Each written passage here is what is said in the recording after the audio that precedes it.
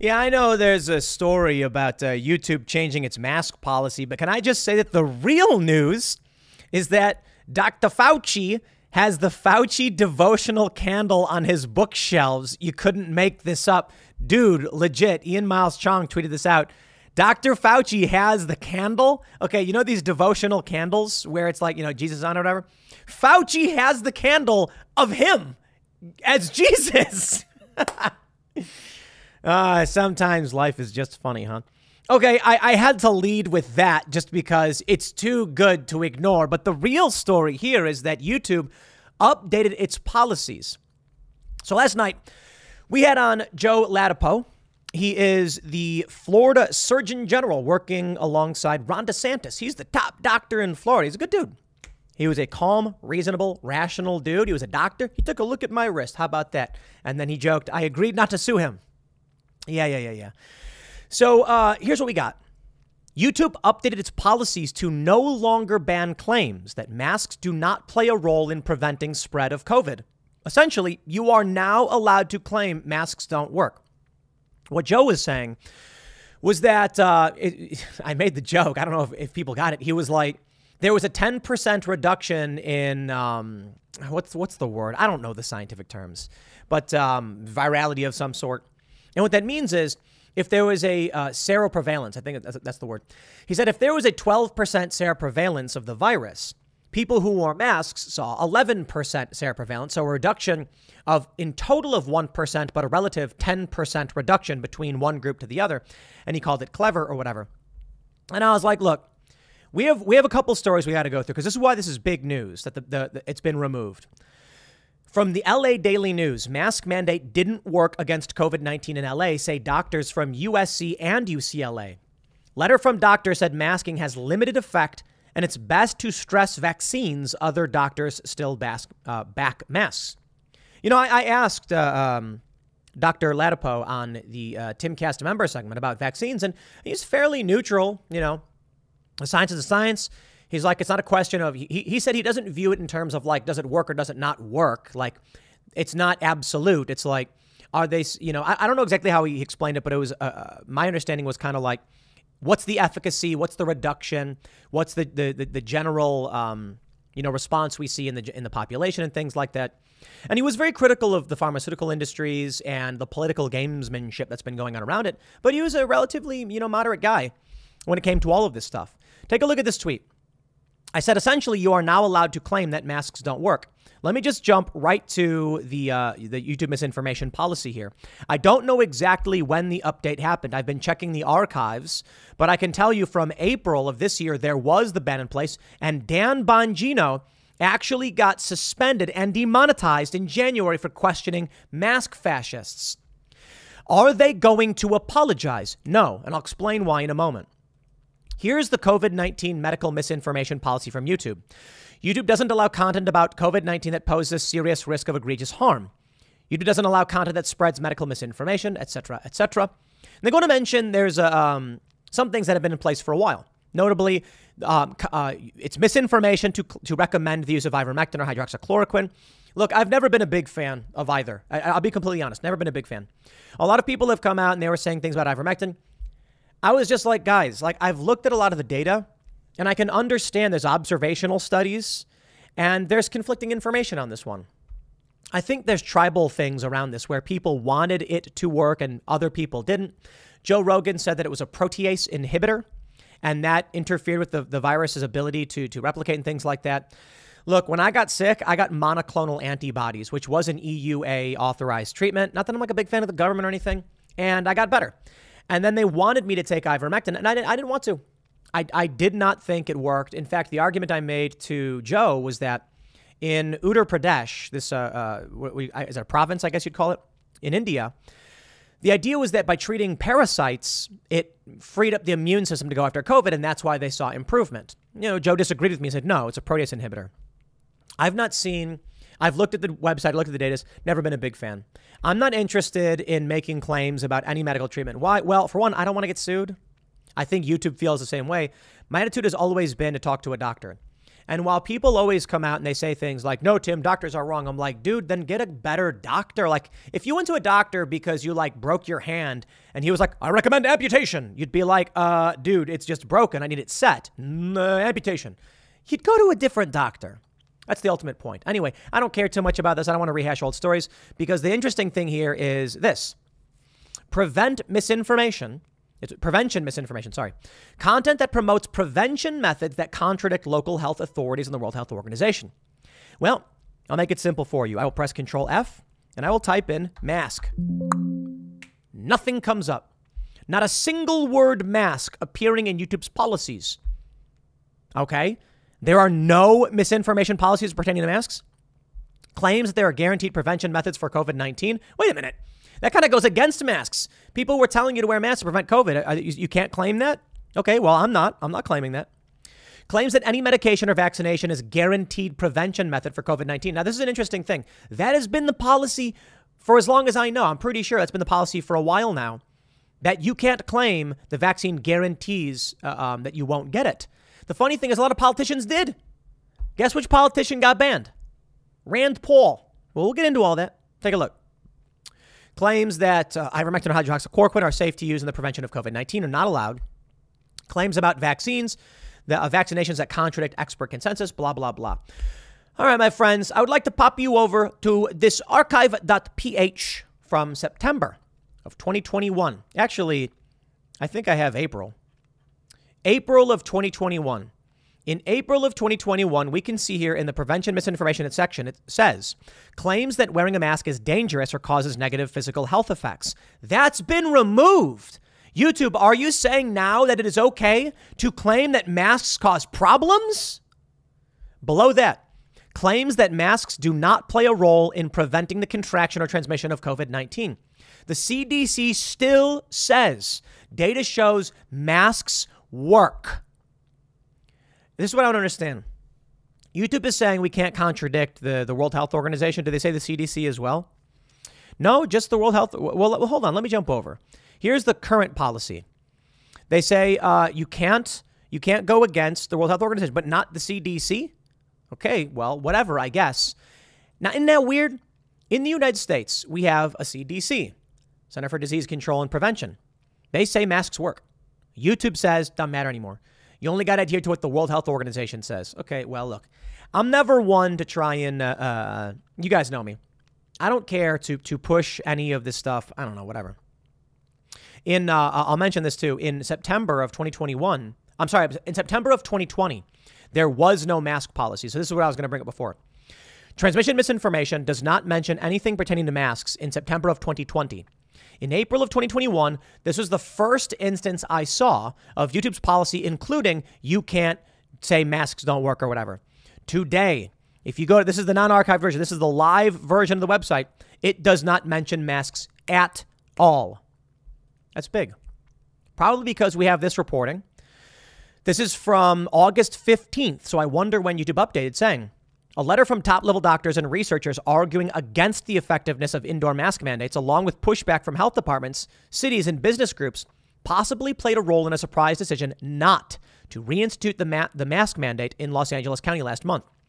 This newspaper obtained a copy of a February 2022 letter signed by doctors from UCLA's Geffen School of Medicine, LA County Board, blah, blah, blah, blah, blah. You get the point. On July 22nd, some of the doctors published their views in an op-ed in the Orange County Register. I got a question. There's that group of frontline doctors that they got a bunch of beliefs. They've been banned. If you show their press conference, you get banned. Many people have gotten suspended. I think Breitbart got suspended. They're doctors giving their opinion. Why were they shut down, but these doctors are not shut down? The Surgeon General from Florida, Joe Latapo, used to be a professor, I believe, at UCLA. Let's go back in time, my friends, to August 11th, 2021. YouTube suspends Rand Paul's account for COVID-19 mask misinformation. ABC reported, YouTube has suspended Republican Senator Rand Paul of Kentucky from uploading content for 1 week after he posted a video claiming most masks are ineffective in combating COVID-19, making him the second GOP lawmaker this week to be disciplined by a social media platform for misinformation. It's fascinating. It's technically true. That's why YouTube did this. But I think ABC News needs to issue a correction and update. And I'm not coming down on them for not doing it right now. I think shout out ABC News. Come on, ABC. Someone tweet at them because they need to say, you should update this. Because the latest update is YouTube eventually rescinded that policy and they should reverse this strike against Rand Paul and apologize to him for being wrong. I'll tell you why they won't in a second. Public health experts have said masks, even cloth masks, which Paul took particular issue with, offer protection against COVID-19 transmission, which in turn prevents infection. Paul claimed in the video that cloth masks don't work and that most over-the-counter masks don't prevent infection. Well, this is an important mathematic distinction. Technically, okay, well, actually, literally, even Joe the other day said masks work.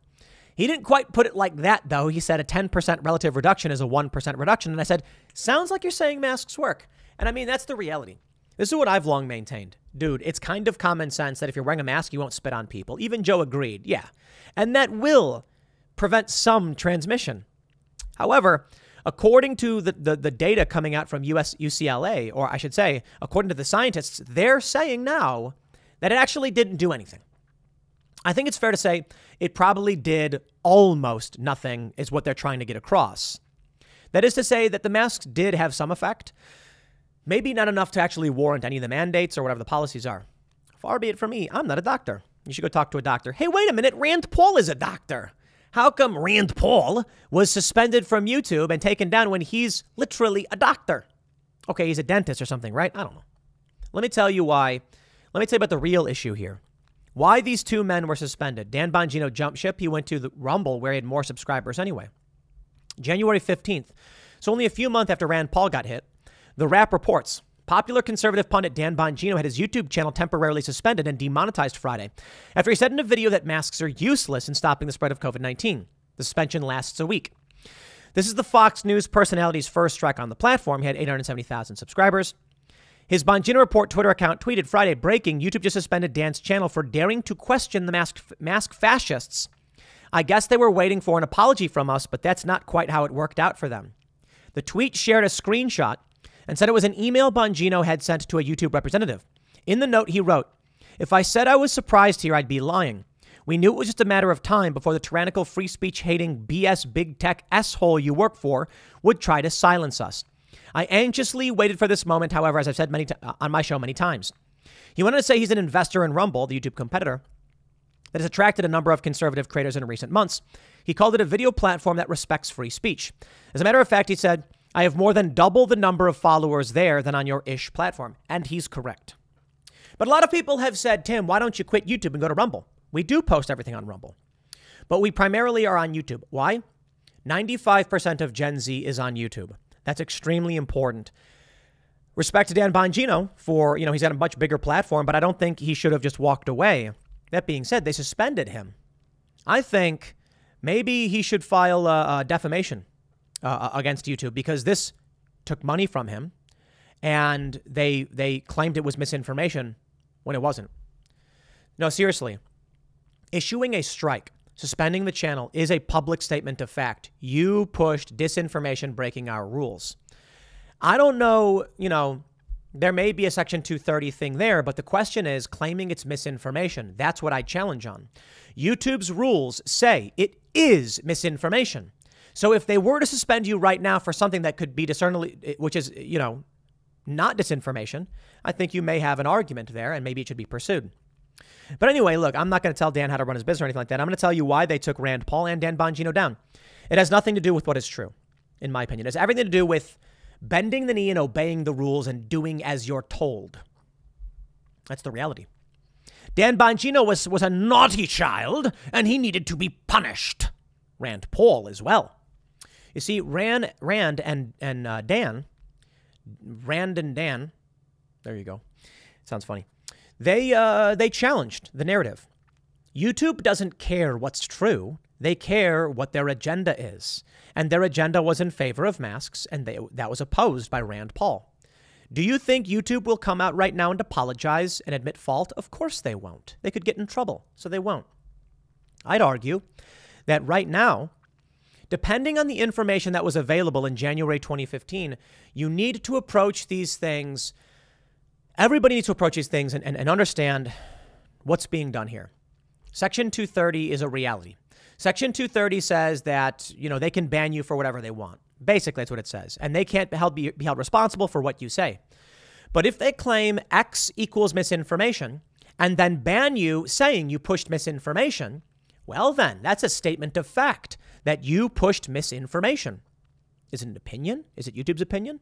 Okay, well, get them to state that. Get YouTube to say these are just our opinions and they could be wrong and we're allowed to have our opinions. Make them say it. The issue, one of the biggest hurdles when it comes to defamation, and maybe defamation isn't always the appropriate approach. Maybe you want to go for like consumer protections or unfair business practices, things like that. And the challenge is when you levy an argument in court saying they asserted X, they don't even respond to your argument. They go for a summary dismissal on we have a right to say whatever we want. But they didn't even say that. Those be like First Amendment, have a nice day. And so I've talked with lawyers about a lot of this stuff, and they'll be like, watch how quickly they retreat and claim that they have a First Amendment right to say whatever they say. My response? Get them to say it. Tucker Carlson claimed his show his opinion in order to respond to, I think it was Tucker. And Rachel Maddow did the same thing, and Alex Jones did the same thing. Everybody does it. And then all of a sudden, everyone's like surprised that pundits say opinions. This is different, though. YouTube claims that they have rules on misinformation. Misinformation is a thing. Misinformation is not an opinion. It's a noun. It describes something. Claiming that you pushed it could be argued to be an opinion because you can say, I think that is misinformation. Okay. What would need to happen is someone needs to file a suit against YouTube for this and outright say, this is not disinformation. Here's evidence. And, and then question this. They might argue they can still ban you, but not if, I think you should challenge them. This is what happened with Alex Berenson when he sued. His case was kind of unique, but YouTube asserted they had a policy. Their policy was X. X was violated. Okay, that's a statement of fact. You violated X policy. You have to prove the policy was violated. If YouTube's claiming that you violated their misinformation policy, then you can show them that what you said is not misinformation. You may be you may be able to win the same as Alex Berenson did.